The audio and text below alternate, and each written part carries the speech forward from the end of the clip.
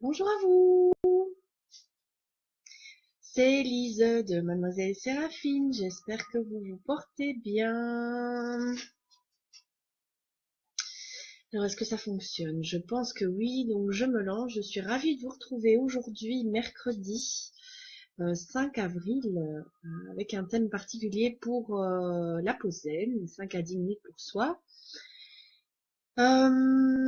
Sur le thème donc des travailleurs de lumière. J'espère que vous m'entendez bien et que tout va bien pour vous. Hum, hum, hum, hum, hum, hum. Y aurait-il déjà comme un petit bug?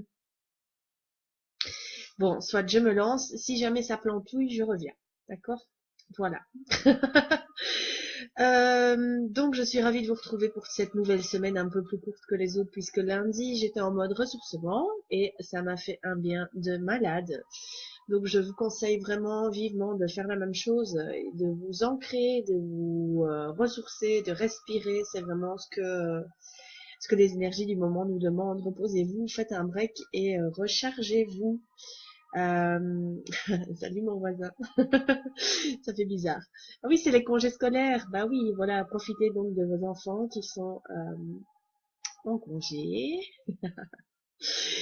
Donc, les travailleurs de lumière, qu'est-ce que c'est que ça? Donc, les travailleurs de lumière, ce sont des personnes qui ont choisi donc de travailler dans la lumière. Jusque-là, je ne vous explique rien de neuf.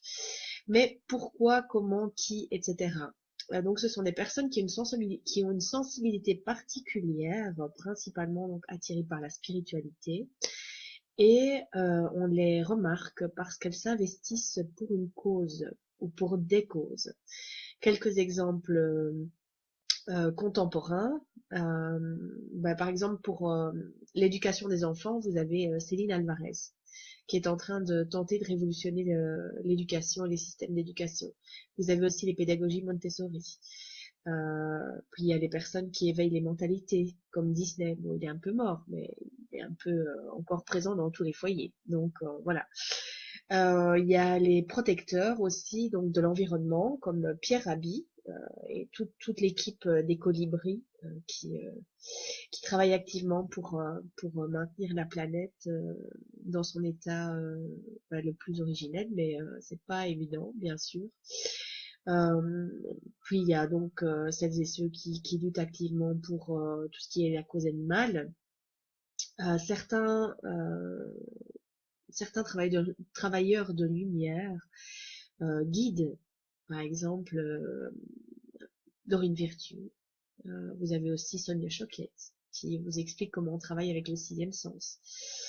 Voilà, ce sont des gens qui se sont investis très tôt d'une mission et qui sortent un peu de toutes les routines, de tout ce qui est figé, de toutes les structures figées par la société, tout ce qui est imposé en fait. Et c'est pour ça qu'elles peuvent paraître très étranges, mais en fait non. Elles suivent juste leur propre route et elles s'affirment dans ce qu'elles font. Donc on parle aussi d'artisans de lumière. Donc vous avez des artisans de lumière, des travailleurs de lumière. Euh, Comment est-ce qu'on peut les reconnaître? C'est une question qui est fréquemment posée.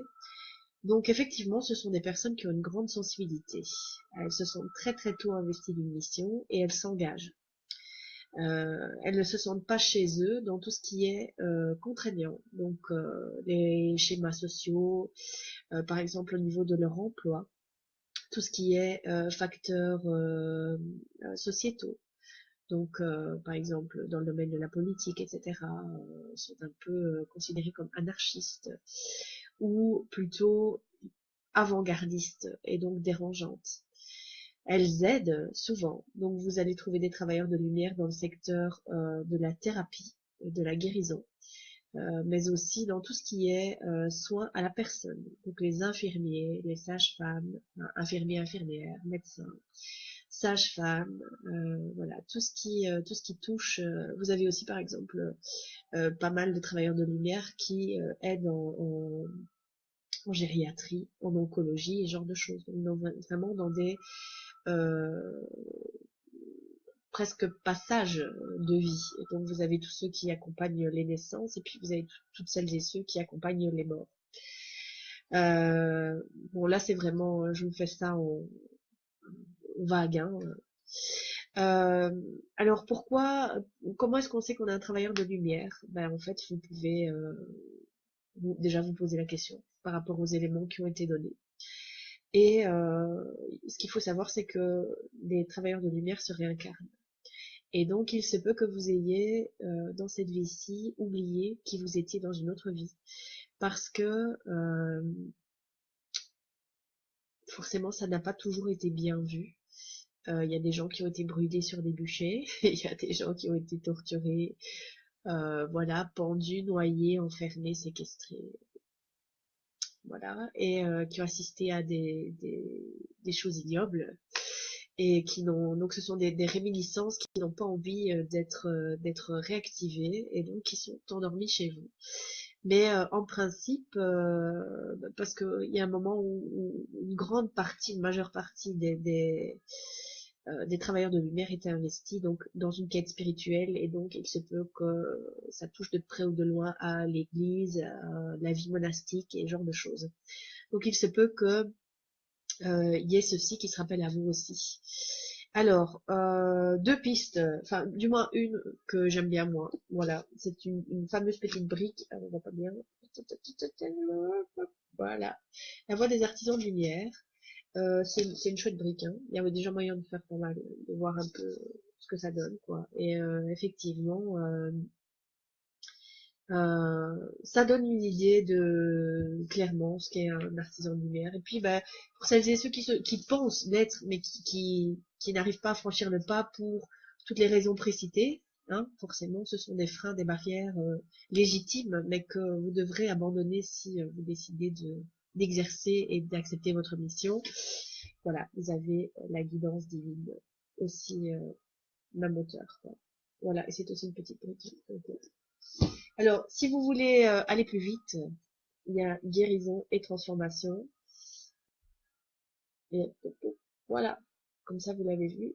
Et, euh, et puis, ben, dans tout ça, n'oubliez surtout pas que l'important, voilà.